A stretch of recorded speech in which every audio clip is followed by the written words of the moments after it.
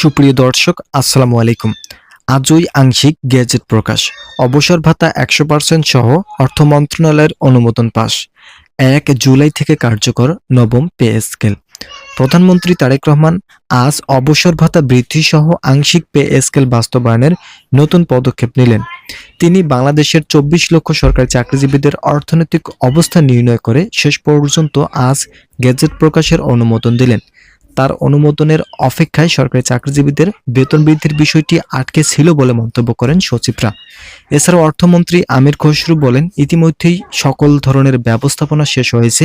Budget সংক্রান্ত বিষয় থেকে শুরু করে পে স্কেল বাস্তবায়নের দিক নির্দেশনা খসড়ায় যথাযথভাবে উপস্থাপন করেন পর্যালোচনা কমিটির ৬ সদস্য ও পে কমিশন।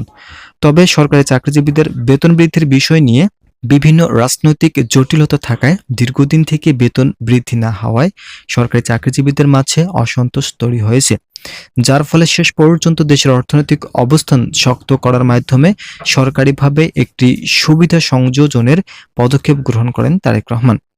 প্রধানমন্ত্রী অনুমোদন সাপেক্ষে বাংলাদেশের ২৪ লক্ষ সরকারি চাকরিজীবীদের বৃদ্ধি করা হলেও আংশিক আকারে তা বাস্তবায়নে প্রতিশ্রুতি গ্রহণ করা হয়। কেননা বর্তমান বাজেটে শুধুমাত্র সরকারি চাকরিজীবীদের জন্যই ৬০,০০০ কোটি টাকা নির্ধারণ ঘোষণা করেছেন সংশ্লিষ্ট কর্তৃপক্ষ।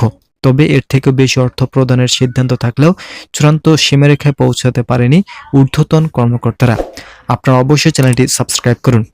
আজ সংবাদ সম্মেলনে তারেক রহমানকে বিভিন্ন প্রশ্ন করেছেন, যাদের মধ্যে অন্যতম হচ্ছে অবসরকালীন সুবিধা ও কবে থেকে সরকারি চাকরিজীবীরা বেতন বৃদ্ধির আওতায় পড়বেন।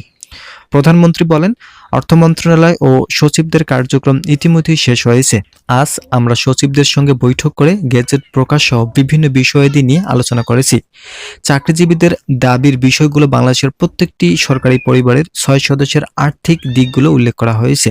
বিশেষ করে যারা নিম্ন গ্রেডের কর্মচারী আছেন, তাদের অর্থনৈতিক অবস্থান কিভাবে বৃদ্ধি করা যায় সেই বিষয়গুলো নিয়ে চূড়ান্ত নির্দেশনা প্রকাশ করা হয়েছে। প্রাথমিক দিক থেকে আমরা গ্রেড সংখ্যা পরিবর্তনের জন্য সিদ্ধান্তের পক্ষে ছিলাম, কিন্তু বর্তমান বাজেটে কিছুটা পরিবর্তন আনায় গ্রেড সংখ্যা অপরিবর্তিত রেখেই বেতন বৃদ্ধির অনুমোদন দেওয়া হয়েছে। কিন্তু আজ প্রধানমন্ত্রী সচিবদের তৈরিকৃত রিপোর্ট স্বাক্ষরিত হয়েছে। সচিব কর্তৃপক্ষ ৬ সদস্যের পর্যালোচনা কমিটি সহ বিভিন্ন ঊর্ধ্বতন কর্মকর্তাদের সঙ্গে জরুরি বৈঠকের মাধ্যমে নতুন রিপোর্ট উপস্থাপন করা হয়, যেখানে কর্মচারীদের আর্থিক গতির বিষয়গুলো নিয়ে আলোচনা করা হয়েছে।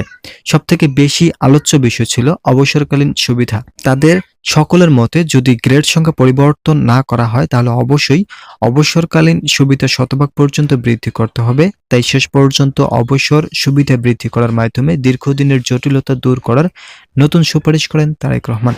আপনারা অবশ্যই চ্যানেলটি সাবস্ক্রাইব করুন। অর্থমন্ত্রী ও তারেক রহমান আজ বৈঠকে বলেন, আগামী ১ জুলাই থেকে প্রথমার্ধের বেতন বৃদ্ধির সুবিধা ভোগ করবেন চাকরিজীবীরা। যদিও ঈদের আগেই সকল কার্যক্রম বাস্তবায়নের চূড়ান্ত সিদ্ধান্ত ছিল, তবে শেষ পর্যন্ত দেশের অর্থনৈতিক অবস্থা বিবেচনায় নিয়ে আগামী জুলাই থেকে কর্মকর্তা ও কর্মচারীরা বেতন বৃদ্ধির সুবিধা ভোগ করতে সক্ষম হবেন। এছাড়াও যারা নিম্ন গ্রেডের কর্মচারী আছেন তাদের জন্য এককালীন একটি ভাতা প্রদানের নতুন সুপারিশ করা হয়েছে। তবে যারা ঊর্ধ্বতন কর্মকর্তা আছেন তাদের সঙ্গে আলোচনা করার মাধ্যমে দীর্ঘ প্রত্যাশিত বেতন বৃদ্ধির পাশাপাশি বাসা ভাড়া প্রথমার্ধে বেতনে সংযোজন করার নতুন পদক্ষেপ নেওয়া হয়েছে। প্রধানমন্ত্রী তারেক রহমান আজ ঊর্ধ্বতন কর্মকর্তাদের সঙ্গে বৈঠক করার ফলে বাসা ভাড়া ৭০% পর্যন্ত রাখার মতামত দেন। তিনি বলেন, আমরা সিটি কর্পোরেশন ও শহর অঞ্চলের সকল সেক্টরের চাকরিজীবীদের জন্যই ৭০% হারে বাসা ভাড়া নির্ধারণ করেছি। তবে এটা যদি সচিব এবং ঊর্ধ্বতন কর্মকর্তারা মতামত দেয় তাহলে অবশ্যই আমরা এটি আজই স্বাক্ষর করার মাধ্যমে চূড়ান্ত গেজেট প্রকাশের অনুমোদন দেব। আমরা চাই সরকারি চাকরিজীবীরা বাসা ভাড়া থেকে শুরু করে সকল ধরনের সুযোগ সুবিধা সাময়িক সময়ের জন্য না পেয়ে পুরোপুরি যাতে পেতে পারে, সে বিষয়গুলো নিয়ে কাজ করা হচ্ছে। আশা করা যাচ্ছে দ্রুত সকল কিছুর সমাধান আসবে। তো সে পর্যন্ত অবশ্যই চ্যানেলটি সাবস্ক্রাইব করে আমাদের সঙ্গে থাকুন।